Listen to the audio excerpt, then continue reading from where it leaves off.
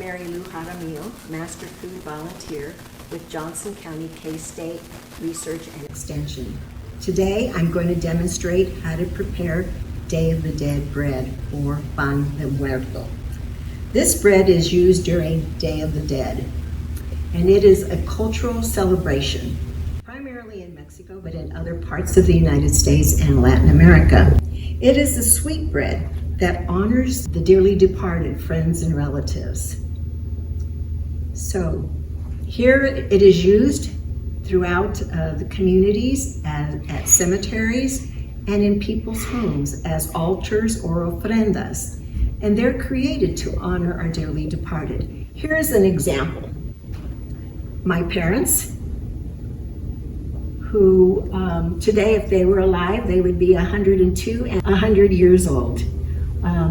They were born in Topeka, Kansas, and my mother in Ponca City, Oklahoma. They enjoyed sharing the Mexican traditions with me and my siblings, and I try to carry that on with my children.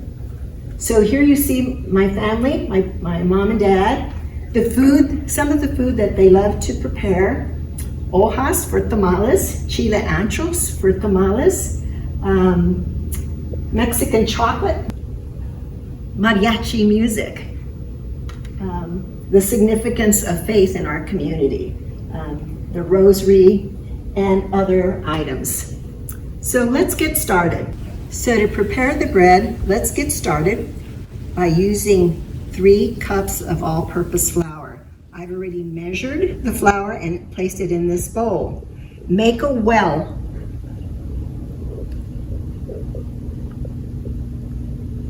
Then add 1/4 cup of sugar.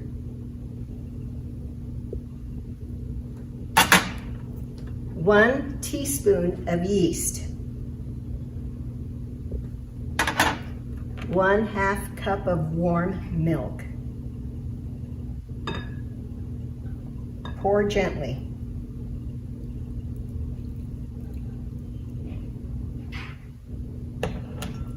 Then flick portions of the flour over the milk and yeast mixture. No need for stirring, just flick.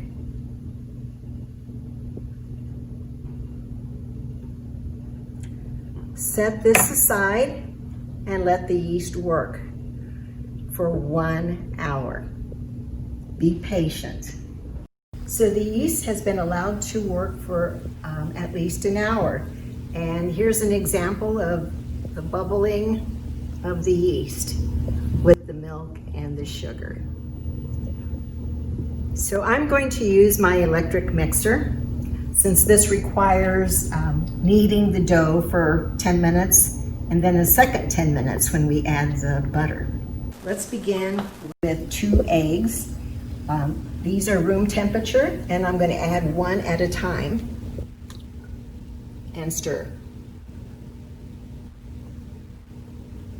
You might want to use your, if you're using a mixer, you might want to use the paddle.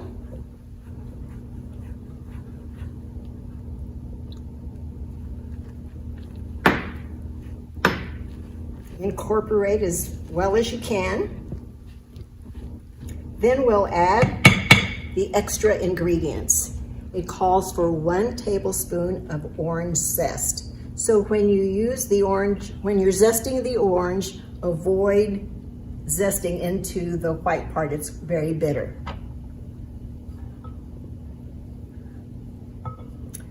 Then it calls for 1/4 teaspoon salt, sea salt, and 1/2 teaspoon anise seed. Sprinkle that in. Then we're going to add 1/2 teaspoon of orange blossom water. It may be difficult to find in your usual grocery store. I purchased it online, but according to what I read, it has a long shelf life. If you don't want to purchase orange blossom water, then add additional orange zest.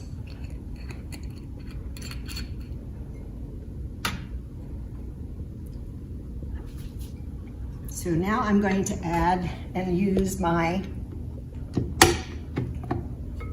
dough hook. And I want to be sure to get all of the ingredients off of the spoon.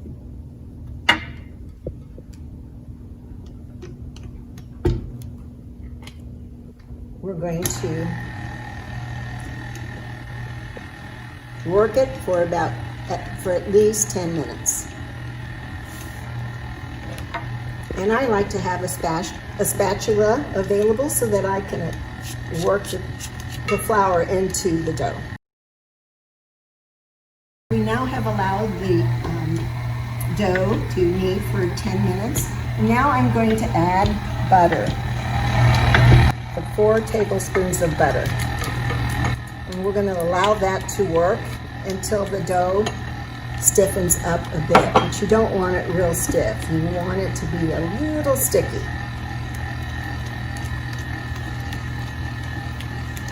And let me just speak to why we allow the yeast to work for an hour.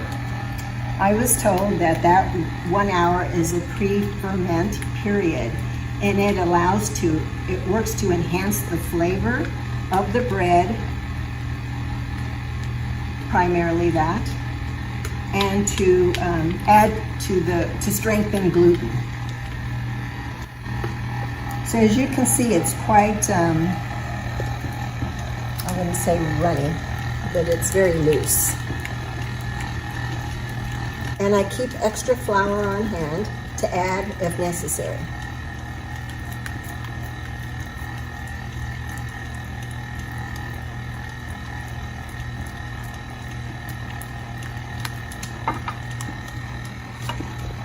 I'm going to add a little more flour.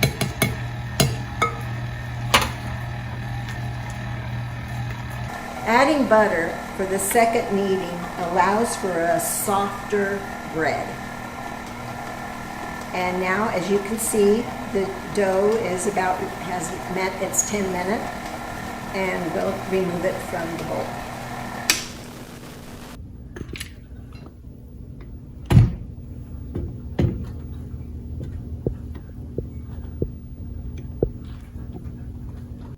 I'm just going to flour this surface a little bit and knead the dough for a couple of minutes.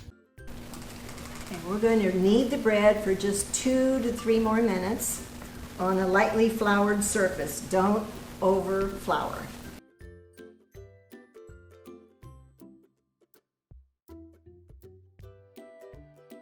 We're going to shape it into a nice little ball. Set it into an oiled or buttered bowl. Cover with plastic wrap and let it rise till double or passes the poke test. So I'm going to check that the dough is ready for baking by gently pressing my knuckle or finger into the dough. And the dough should have an indentation. That shows that it's ready. If it springs back, you need to allow the dough to rise a few more minutes. So I want to remove the dough from the bowl on a lightly floured surface so it doesn't stick too much. I want to just massage it again, maybe just for a minute or 2. And we're going to begin to shape. You can make one large Day of the Dead bread, or you can make small ones. So I'm going to make 2. And I'm going to use about 20% or 1/5 of the dough, and I'm going to set it aside to be used for decorating the loaf. And I'm going to put it in plastic wrap and refrigerate it until the second rise.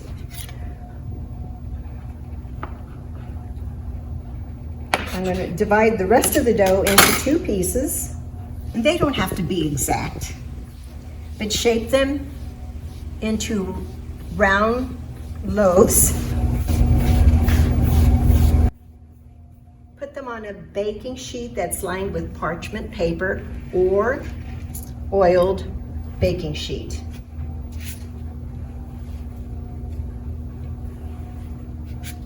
And we're going to press gently. We're going to cover with plastic wrap and allow the second rise. And you can press maybe about 5 inches in diameter. I've slightly oiled the plastic wrap and I'll place it on top of the 2 dough discs, and I will put in a warm spot for the second rise. And as you can see, the 2 balls have risen. I have started already the process of decoration.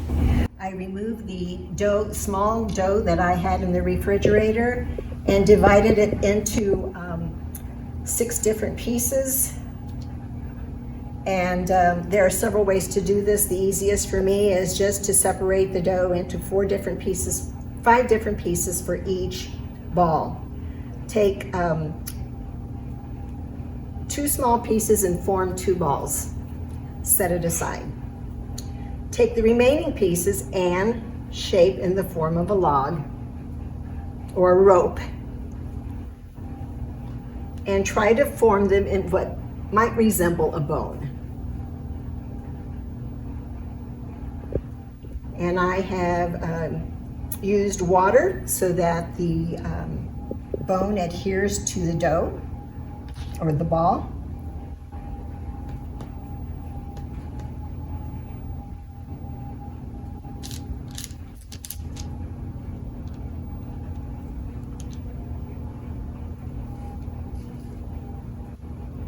And press gently. Next, use an egg wash with a brush. Lightly paint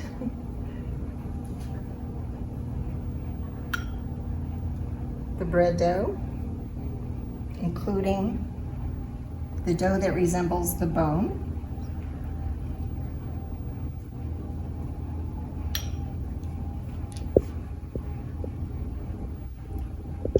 The oven has been preheated to 350 degrees.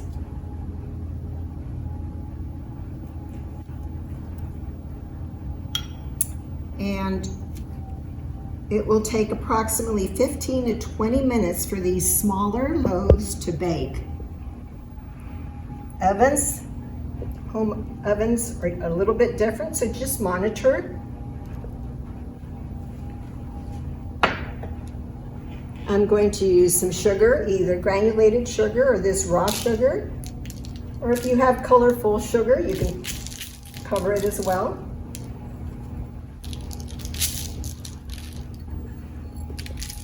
And it will be ready to go into the oven. So here's the finished product. These breads have baked approximately 18 to 20 minutes. I've taken the temperature and they reached 192 degrees. 190 means the bread is ready. So they've been cooling for a while, and for a nice presentation, we'll just move it to a colorful plate. This is the recipe with 2 3/4 cups of flour or 3 cups of flour. This is the bread that I prepared yesterday. Same recipe today. 2 loaves, same recipe. Don't get discouraged with the decoration. It takes practice.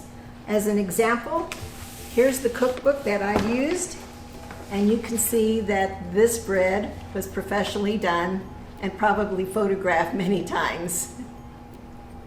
But the bread is beautiful. I hope you enjoy.